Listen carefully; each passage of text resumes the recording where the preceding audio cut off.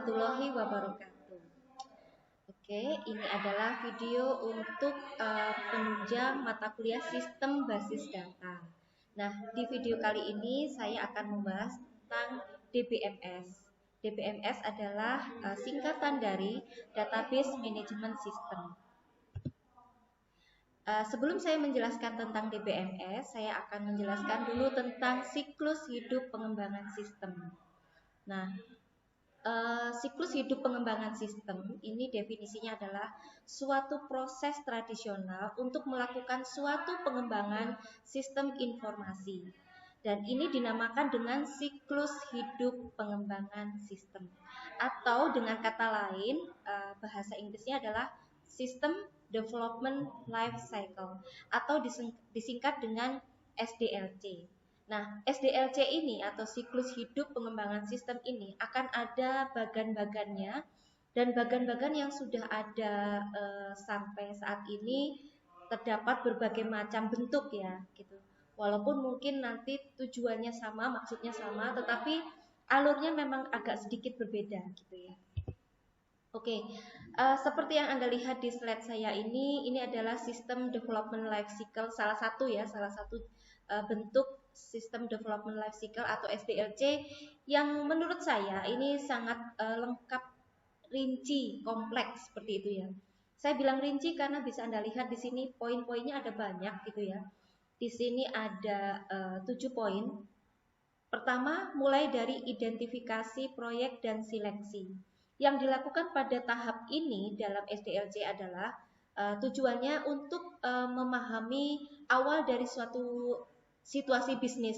Maksudnya begini, dari tahap identifikasi itu nanti kita akan mempelajari dulu kira-kira apa sih yang dibutuhkan, apa sih permasalahan dari suatu sistem gitu ya, permasalahannya. Jadi dikaji terlebih dahulu, dipelajari dulu. Hasilnya apa? Hasil dari identifikasi proyek dan seleksi ini adalah permintaan formal untuk pengembangan sistem informasi untuk menyelesaikan permasalahan bisnis. Contohnya begini, misalnya ada suatu perusahaan yang bergerak di bidang fashion misalnya gitu ya, dan dia menjual barang produk-produk fashion misalnya. Penjualannya itu bagaimana sistem yang sudah dilaksanakan sebelumnya gitu ya. Jadi akan dipelajari atau diidentifikasi pada tahap awal ini. Nah, dari tahap identifikasi ini nanti akan dihasilkan titik temu, maksudnya permasalahan apa yang terjadi ketika proses penjualan dari sistem yang lama begitu ya. Misalnya, mungkin pencatatan gudangnya tidak jelas gitu ya. Ketika ada pembeli mencari suatu produk fashion yang seharusnya ada di katalog, ternyata di gudang nggak ada gitu ya. Oh, ternyata setelah dipelajari kemungkinan permasalahannya tidak ada sinkronisasi antara data yang ada di gudang dengan data yang ada di katalog, mungkin begitu. Nah, ini adalah suatu proses mengidentifikasi. Bila proses pertama ini selesai, maka dilanjutkan proses yang kedua, yaitu inisiasi proyek dan perencanaan. Tujuannya apa? Di sini tujuannya untuk menentukan spesifikasi kebutuhan dan bagaimana sistem dapat membantu menyelesaikan permasalahan. Jadi kalau dari tahap awal sudah diidentifikasi, sudah tahu permasalahannya bahwa data yang ada di gudang dengan data yang ada di katalog tidak sama, maka di sini butuh inisiasi. Jadi apa sih solusi yang harus kita terapkan supaya permasalahan tadi bisa terselesaikan, seperti itu. Hasilnya apa dari tahap kedua ini? Yaitu ada suatu permintaan tertulis untuk pembuatan sistem atau pengembangan sistem yang sudah ada. Maksudnya permintaan tertulis ini seperti proposal gitu ya. Proposal yang diajukan ke pengembang gitu ya, bahwa perusahaan ini membutuhkan suatu sistem yang terintegrasi, misalnya begitu. Jadi ada suatu permintaan dalam bentuk, misalnya bentuknya proposal gitu. Oke, tahap selanjutnya begitu sudah ada proposal nih ya, yaitu menganalisis.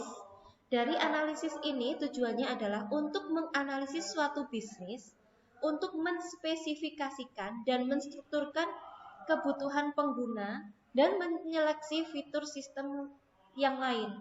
Jadi menganalisis itu, oh kalau memang sudah ditentukan bahwa ini membutuhkan suatu aplikasi data yang terintegrasi antara di gudang dengan katalog, berarti nanti butuh analisis. Berarti data yang di gudang selama ini seperti apa?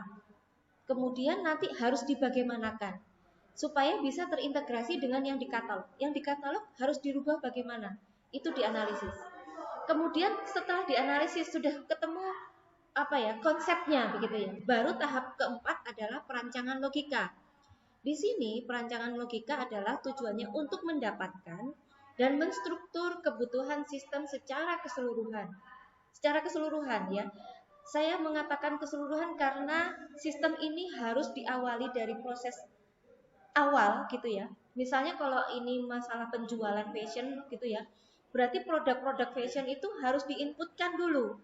Nah, diinputkannya itu dengan cara apa? Harus dengan aplikasi misalnya. Berarti kita harus merancang aplikasi di mana kita bisa menginputkan data-data produk fashion tadi gitu. Setelah input nanti ada proses pengecekan gudang, kemudian ada penjualan, sampai akhirnya terdapat suatu laporan. Nah, seperti itu. Kita merancang logikanya. Nah, di sini apa hubungannya dengan database? Database juga bisa dirancang secara logika. Oh, nanti butuh database tentang produk, begitu ya. Oh, nanti produk akan dibagi berdasarkan produk fashion untuk anak-anak, produk fashion untuk dewasa, dan sebagainya. Misalnya pembagian seperti itu. Nah, itu kita bisa menentukan atau merancang secara logika. Logika itu dalam hal masih dalam konsep gitu ya. Hasilnya apa? Hasilnya nanti akan berupa spesifikasi terperinci, bisa untuk data laporan, tampilan, dan aturan pemrosesan. Gitu ya.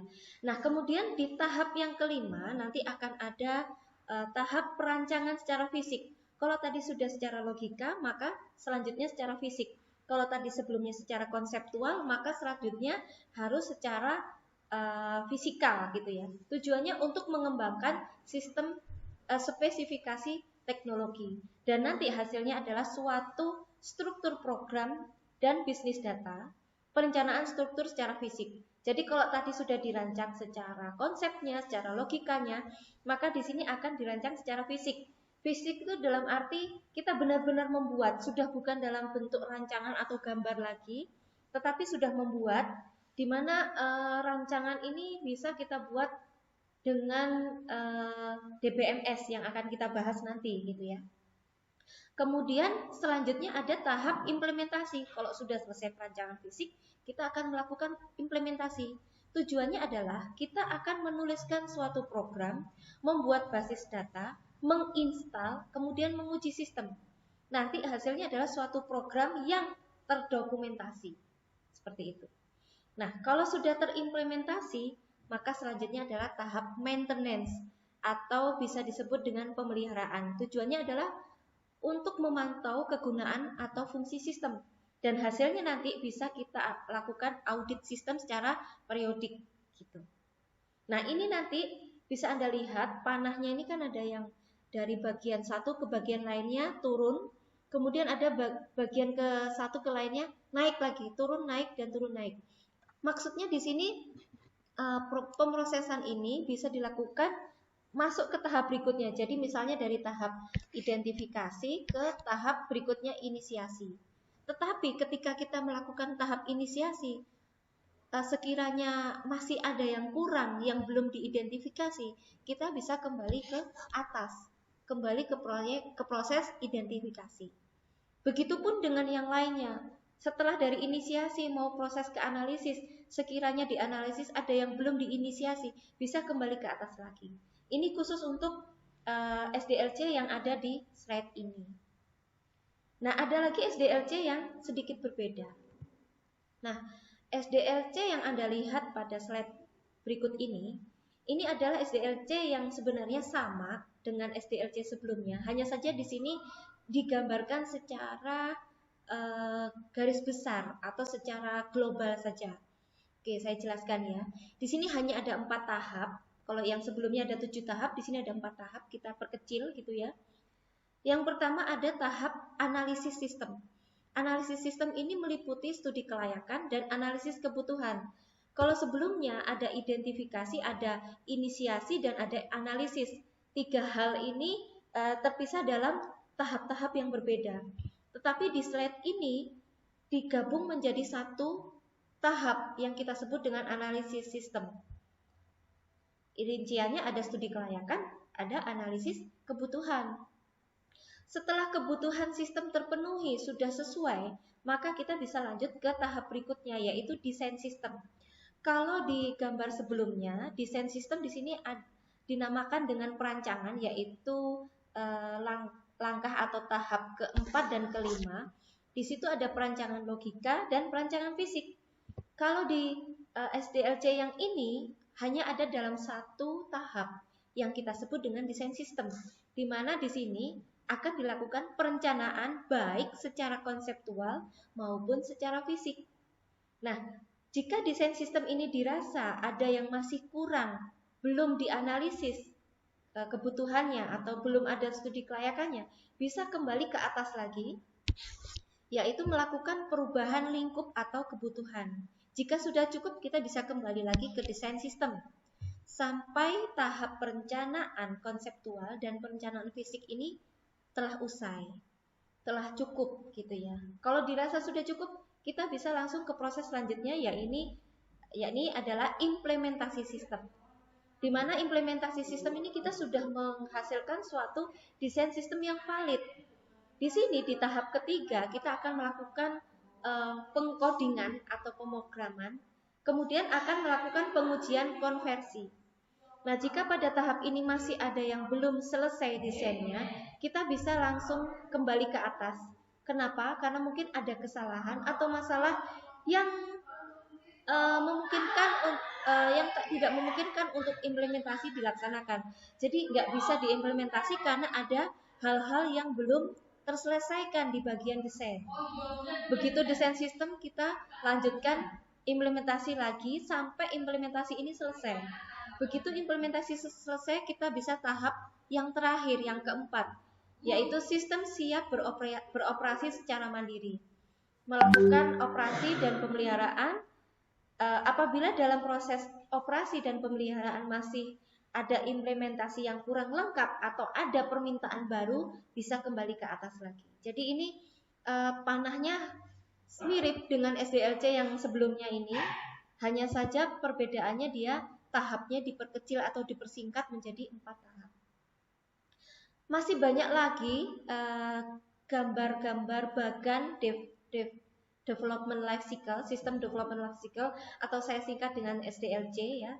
Di slide berikutnya ini ada tahap SDLC yang berbeda ya. Kalau tadi itu modelnya seperti air terjun begitu ya. Kalau di sini sudah aja ke bawah gitu ya. Dari tahap kebijakan dan perencanaan sistem, ini adalah awal dari proyek sistem. Kemudian masuk ke analisis sistem, masuk lagi ke desain perencanaan secara umum atau global, kemudian ke desain atau perencanaan sistem secara khusus, lanjut lagi seleksi sistem, lanjut lagi implementasi, sampai yang terakhir adalah perawatan sistem. Jadi pengembangan sistem yang sesungguhnya dimulai dari analisis hingga implementasi. Begitu masuk di perawatan sistem atau manajemen sistem, ini baru bisa kembali ke atas lagi. Ini seperti ring ya, jadi dia tidak kembali pada setiap tahap tertentu, tetapi menyelesaikan sampai akhir baru bisa kembali ke atas. Menyelesaikan sampai akhir seperti itu. Ada ya, memang ada SDLC yang bentuknya seperti ini. Oke, itu hanya ada 3 yang bisa saya share di sini. Jika Anda ingin tahu lebih lanjut lagi tentang SDLC, Anda bisa mencarinya di internet. Baik, tadi sudah dijelaskan tentang SDLC. Nah, kali ini saya akan menjelaskan tentang DBMS. Apa sih hubungannya DBMS dengan SDLC? Kalau tadi saya sudah menjelaskan di salah satu tahap yang ada di dalam SDLC itu ada suatu perencanaan atau pengembangan gitu ya, atau suatu desain gitu ya. Di situ ada suatu desain yang terbagi menjadi dua bagian ya. Ada desain yang secara konseptual, juga ada desain yang secara fisik gitu ya. Nah, untuk desain secara konseptual itu nanti akan saya sampaikan di materi selanjutnya ya, tetap di mata kuliah sistem basis data. Akan tetapi untuk proses bagian secara fisik ya, desain secara fisik itu nanti akan dijelaskan di kelas praktikum. Nah, sebelum saya masuk ke kelas praktikum, alangkah baiknya harus saya jelaskan dulu di kelas teori. Ini ada hubungannya dengan DBMS. Oke, saya jelaskan tentang DBMS atau Database Management System. Nah, DBMS definisinya menurut Emma dan Anggit pada tahun 2012 adalah suatu sistem perangkat lunak yang dirancang untuk dapat melakukan utilisasi dan mengelola koleksi data dalam jumlah yang besar. Jadi kalau dari kalimat ini bisa dibayangkan ya, bahwa nanti akan ada data, koleksi data yang jumlahnya sangat besar, yang bagaimana sih caranya biar kita bisa mengelola database tersebut, data tersebut. Dengan cara apa? Ya dengan cara suatu sistem perangkat lunak. Yang ini nanti akan kita sebut dengan DBMS, gitu ya. Oke, ada buku lain atau penulis lain namanya Fatansyah tahun 2012 juga. Dia mengatakan definisi dari DBMS adalah suatu perangkat lunak yang menentukan bagaimana data diorganisasikan, disimpan, dirubah, kemudian diambil kembali. Itu menurut Fatansyah. Kedua penulis ini memang sedikit berbeda dalam mendefinisikan DBMS, tapi keduanya sama-sama benar ya, memang merujuk pada hal DBMS tersebut. Jadi DBMS itu memang adalah suatu perangkat lunak ya, memang betul-betul perangkat lunak yang digunakan untuk mengelola suatu data dalam jumlah besar. Sebenarnya kalau dirinci lagi, mengelola itu ngapain aja sih? Mengelola itu bisa mengorganisasi, menyimpan, melihat, mengambil, merubah, menghapus, dan sebagainya. Itu ya. Oke, saya lanjutkan. Nah, fasilitas-fasilitas apa saja sih yang disediakan oleh DBMS? Yang pertama, dalam DBMS akan memungkinkan user atau pengguna mendefinisikan database dan menentukan tipe serta struktur data yang akan disimpan pada database dengan menggunakan bahasa definisi data atau yang kita kenal dengan DDL. DDL itu adalah singkatan dari Data Definition Language. Oke, saya jelaskan dulu poin awal ya, DDL. Harus diingat ya, DDL itu adalah Data Definition Language. Data Definition Language itu biasanya dilakukan di awal ketika kita akan membuat suatu database baru. Ya, ketika kita mau membuat suatu database baru, di mana nanti database itu memiliki beberapa tabel di dalamnya, di mana tabel-tabel di dalam database tersebut saling terintegrasi. Nah, setiap tabel yang ada di dalam database tersebut nanti akan memiliki record-record. Nah, record itu dibuat berdasarkan field-field. Nah, nanti ini akan saya jelaskan secara praktek ya di kelas praktikumnya. Apa itu record, apa itu field gitu ya. Nah, tipe-tipenya apa? Contoh ya, saya akan menjelaskan sedikit tentang tipe. Misalnya ada suatu field yang kita sebut dengan nama mahasiswa gitu ya. Nama mahasiswa. Oke, nama mahasiswa itu biasanya terdiri dari huruf ya. Sangat jarang nama mahasiswa itu ada karakternya, walaupun ada ya, kadang ada. Ada nama orang yang memiliki karakter tanda koma di atas ya. Ada nama yang memang ada karakter minusnya gitu ya, tanda min itu ya, kayak Al-Bukhari, Al-Fukron itu kan ada nama-nama seperti itu ya. Nah, berarti tipenya apa yang bisa kita gunakan untuk memberikan field nama tadi? Oh, kita bisa pakai karakter. Ya kan? Karakter itu dia melingkupi, mencakup ada huruf dan ada beberapa karakter yang bisa kita masukkan. Ada contoh lagi field tanggal lahir. Kalau tanggal lahir itu bukan dengan karakter, tapi menggunakan date. Jadi date itu ada uh, tipe khusus. Jadi date itu ada yang modelnya tanggal bulan tahun dengan angka semua, ya kan? Misalnya tanggal 14 Januari 2021 gitu ya.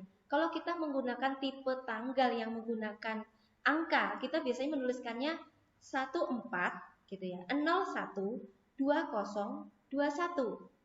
Tapi juga ada tipe tanggal model lain yang ada yang menyebutkan nama bulannya. Misalnya 14 Januari 2021. Bisa juga nama Januari dipersingkat menjadi Jan gitu aja. Atau menggunakan karakter min, menggunakan karakter slash. Ada banyak tipe tanggal yang bisa kita pilih. Nah, ini adalah salah satu contoh yang bisa kita desain pada saat Data Definition Language atau DDL. Oke, yang kedua ya masih di DBMS. Fasilitas kedua dalam DBMS adalah DML atau Data Manipulation Language, yaitu memungkinkan suatu pengguna atau user untuk memasukkan atau mengupdate, menghapus, dan mengambil data dari database melalui DML. Jadi kalau tadi DDL itu kita membuat database-nya, membuat tabel-tabelnya, menentukan tipenya. Misalnya tipe nama itu menggunakan karakter dan harus selebar 50 karakter. Misalnya ada nama orang yang melebihi dari 50 karakter, dia tidak bisa tersimpan selebihnya. Jadi karakter ke-51 sudah tidak bisa disimpan. Nah, itu ada di DDL. Kalau kita sudah bisa membuat itu, selanjutnya kita bisa melakukan DML. DML itu memanipulasi, jadi data yang sudah masuk, misalnya data-data mahasiswa sudah masuk sebanyak 1000 mahasiswa, misalnya begitu ya. Dan kita bisa memanipulasi. Caranya gimana manipulasi itu? Oh, saya ingin tahu data mahasiswa yang baru, mahasiswa baru. Oh, setelah difilter ternyata ada 300 mahasiswa baru, misalnya begitu. Kemudian kita bisa nggak sih memfilter mahasiswa yang jenis kelamin wanita yang usianya di bawah 20 tahun? Bisa nggak? Nah, ini bisa kita gunakan DML. Jadi kita filter. Di filter itu kita bisa mengambil data khusus. Misalnya ada data mahasiswa yang keliru, yang seharusnya dia tidak ada nama mahasiswa itu, tapi tidak sengaja terentry. Kita bisa menghapus data tersebut satu rekor atau beberapa rekor, gitu ya. Atau mungkin ada data mahasiswa yang namanya keliru. Biasanya nama Muhammad itu ya, ada yang double M, ada yang M-nya satu aja. Oh, ini keliru, ditulis double M, mau menghapus salah satu huruf M-nya. Kita bisa mengupdate seperti itu. Nah, ini adalah dua cara yang bisa kita lakukan dalam DBMS, yaitu DDL dan DML. Selain itu juga bisa menyediakan akses terkontrol ke database. Itu adalah fasilitas-fasilitas yang disediakan di dalam DBMS. Oke, berarti DBMS itu perangkat lunak ya Bu? Benar, DBMS itu adalah perangkat lunak. Tapi apa saja sih perangkat lunak DBMS itu? Sebenarnya ada banyak ya. Yang sudah saya pelajari itu ada database yang namanya DBase gitu ya. Ini DBase itu modelnya under DOS gitu ya. Dia bukan dijalankan di atas OS Windows, tapi di DOS. Ada juga DB2. Kemudian ada lagi Access. Ada lagi VisualFox Pro. Nah, di sini ada MySQL. MySQL ini saya tebali karena memang saya nanti pada kelas praktikum SPD kita nanti akan belajar memanipulasi atau melakukan DBMS tadi menggunakan perangkat lunak MySQL. Nah, apa bedanya dengan MySQL Server? Nanti akan saya jelaskan apa itu MySQL Server. Ada juga Sybase, ada juga Oracle, ada juga Visual DB. Ini adalah nama-nama perangkat lunak yang bisa kita gunakan dalam DBMS. Nanti kita pakai MySQL ya. Nah, itu tadi perangkat lunak. Kemudian ada juga tool. Tool itu alat bantu yang bisa kita gunakan. Karena tadi saya sudah memilih perangkat lunaknya adalah MySQL, maka kita harus menentukan tool apa yang mau kita gunakan dalam mengelola MySQL tadi. Sebenarnya ada banyak tool dalam MySQL yang bisa kita gunakan.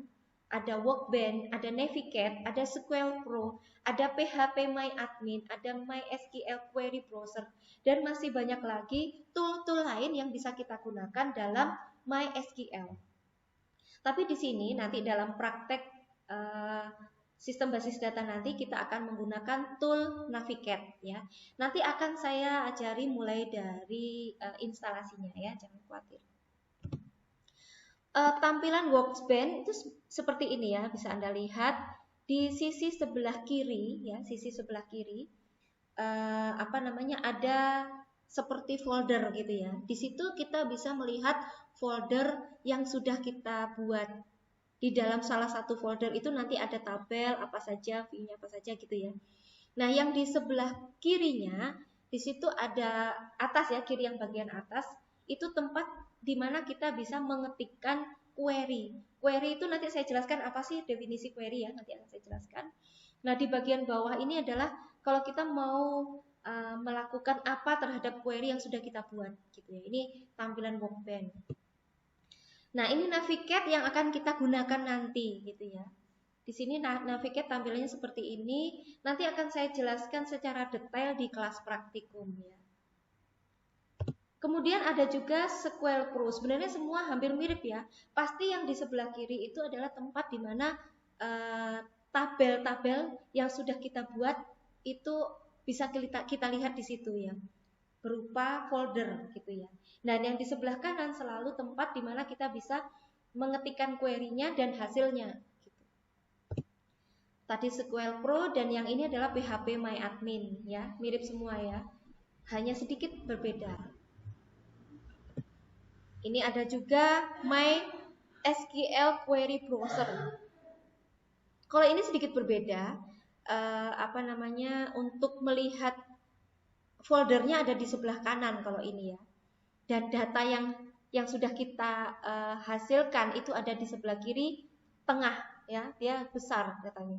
Tapi kita mengetikkan query-nya tempatnya agak kecil di atas gitu ya, agak sempit gitu ya. Ini kalau misalnya rumus query-nya sangat panjang gitu ya, ini nanti nggak terlihat semuanya.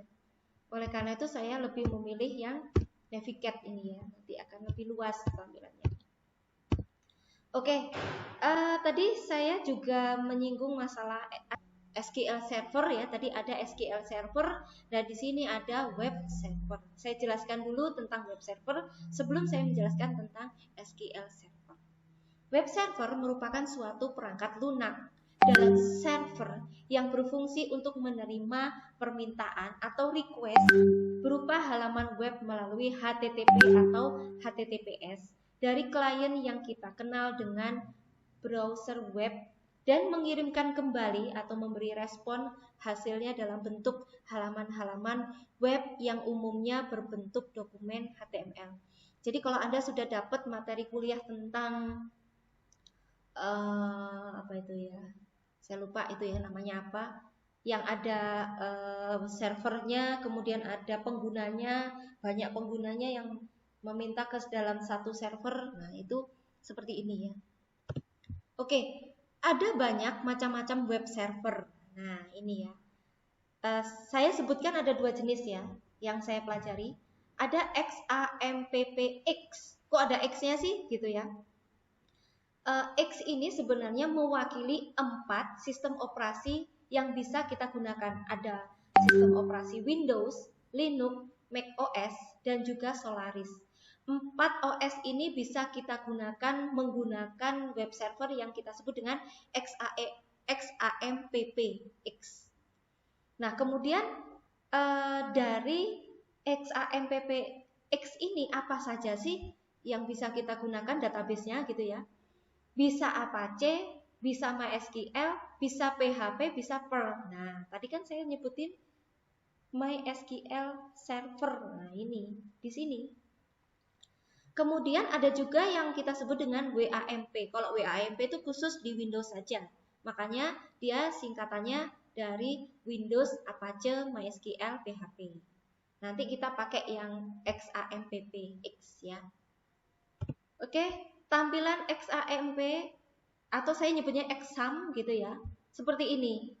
Kalau yang di tampilan ini exam versi 3.1.0 ini diluncurkan sekitar September 2012 ya. Ini di sini ada database yang bisa kita gunakan, ada Apache, MySQL, FileZilla, Mercury, dan Tomcat gitu ya.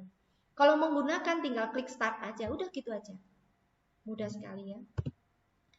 Kemudian WAMP ya, WAMP itu seperti ini khusus untuk di Windows saja. Gitu ya. Nah, sekarang saya mau menjelaskan tentang SQL. Sebelum saya menjelaskan tentang SQL atau MySQL gitu ya, saya jelaskan dulu tentang sejarah SQL. Sejarah SQL itu dimulai sejak tahun 1970 ya, tepatnya pada bulan Juni gitu ya. Ada seorang peneliti dari IBM, dia namanya E.F. Coate ya. Dia itu membahas tentang pembuatan bahasa standar untuk mengakses basis data. Nah, bahasa yang dia buat atau dia ciptakan kala itu dia beri nama SQL ya. SEQUEL, SQL. Nah, SQL itu adalah singkatan dari Structured English Query Language. Itu adalah singkatan dari SQL ya. Nah, kemudian perusahaan IBM itu mengadakan suatu proyek pembuatan bahasa standar untuk pengelolaan basis data relasional yang berbasis SQL. Nah, yang sudah diciptakan oleh E.F. Coate tadi akhirnya oleh IBM dirubah atau disingkat namanya menjadi SQL gitu ya. Tadinya kan SQL, akhirnya disingkat jadi SQL gitu ya. Nah, itu tadi bulan Juni tahun 1970. Nah, pada akhir tahun 1970 ada perusahaan lain ya. Kalau tadi kan perusahaan IBM, perusahaan lain yang sangat terkenal ya saat ini yaitu Oracle Corporation. Nah, Oracle Corporation ini dia membuat server basis data yang populer kala itu. Namanya Oracle ya, memang sama seperti dengan nama perusahaannya. Nah, setelah bertahun-tahun berganti, berpuluh tahun ya lebih tepatnya, akhirnya pada tahun 1994 ada suatu perusahaan lain namanya TCX Data Consult IB. Jadi ada nama AB-nya gitu ya. Dia membuat software khusus untuk basis data, di mana software ini menggunakan bahasa SQL yang sudah pernah diluncurkan oleh perusahaan perusahaan IBM ya. Nah, kemudian software ini namanya software ini namanya MySQL AB gitu ya. Kenapa sih kok ada AB-nya? Ya karena kebetulan nama perusahaan software ini TCX Data Consult AB gitu ya. Nah, karena menggunakan bahasa SQL, maka ada nama SQL-nya di dalamnya. Terus kata depannya ada MY SQL AB. Terus MY itu dari mana gitu ya? Kebetulan di tahun 1994 itu ada programmer yang namanya Michael Widenius ya. Michael Widenius ini yang membuat atau menciptakan software tersebut MySQL AB. Terus hubungannya MY sama Michael Widenius itu apa? Karena si Michael sebenarnya ada dua kisah yang ada ya pada tahun tersebut, bahwa si Michael Widenius itu punya anak namanya ada kata MY-nya, makanya dia pakai nama anaknya. Tapi juga ada yang bilang bahwa Michael Wadenius itu punya julukan gitu ya, Monty julukannya. Jadi kalau disingkat menjadi MY. Nah, ini versi lain. Jadi ada dua versi cerita ya tentang kisah MY tadi. Makanya sekarang ada software yang namanya MySQL, tapi tahun 94 namanya masih MySQL AB. Nah, AB-nya kapan hilangnya? Oke, saya jelaskan. Pada tahun 2008 gitu ya, software MySQL AB itu dibeli oleh suatu perusahaan lain. Nama perusahaannya adalah Sun Microsystem. Ya. Nah, ketika dibeli oleh Sun Microsystem, MySQL AB tadi, software itu namanya berubah menjadi MySQL saja. AB-nya dihilangkan karena AB memang diberikan oleh nama perusahaan sebelumnya, yaitu ya apa tadi? TCX Data Consult AB. Nah, AB-nya dibuang oleh Sun Microsystem. Akhirnya menjadi MySQL saja. Jadi softwarenya pada tahun 2008 milik perusahaan Sun Microsystem. Tetapi pada tahun 2010 Oracle Corporation membeli perusahaan Sun Microsystem tersebut. Jadi kalau tadi Sun Microsystem membeli softwarenya saja dari TCX Data Consult AB, memberi softwarenya saja dan software itu dirubah namanya menjadi MySQL, akhirnya Oracle Corporation membeli perusahaannya, bukan sekedar membeli softwarenya saja, tapi perusahaannya dibeli. Sun Microsystem menjadi milik Oracle Corporation. Berarti artinya termasuk MySQL menjadi miliknya Oracle Corporation sejak tahun 2010. Nah, seperti itu ya sejarahnya. Jadi SQL tadi gitu ya, itu adalah kependekan atau singkatan dari Structured Query Language. Nah, SQL merupakan suatu bahasa permintaan yang terstruktur. Kenapa kok dikatakan terstruktur ya? Karena pada penggunaannya SQL memiliki beberapa aturan yang sudah distandarkan oleh asosiasi yang bernama ANSI.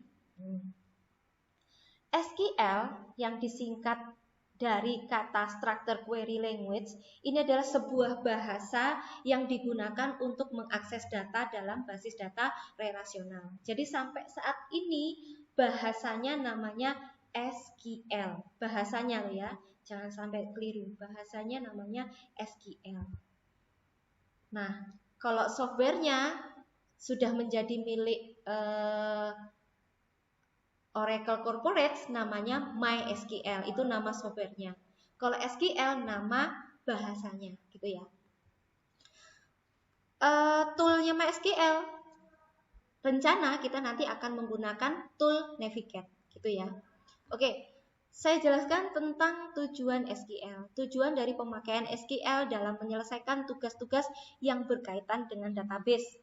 Yang pertama, yaitu kita bisa memanggil data dari suatu tabel atau lebih.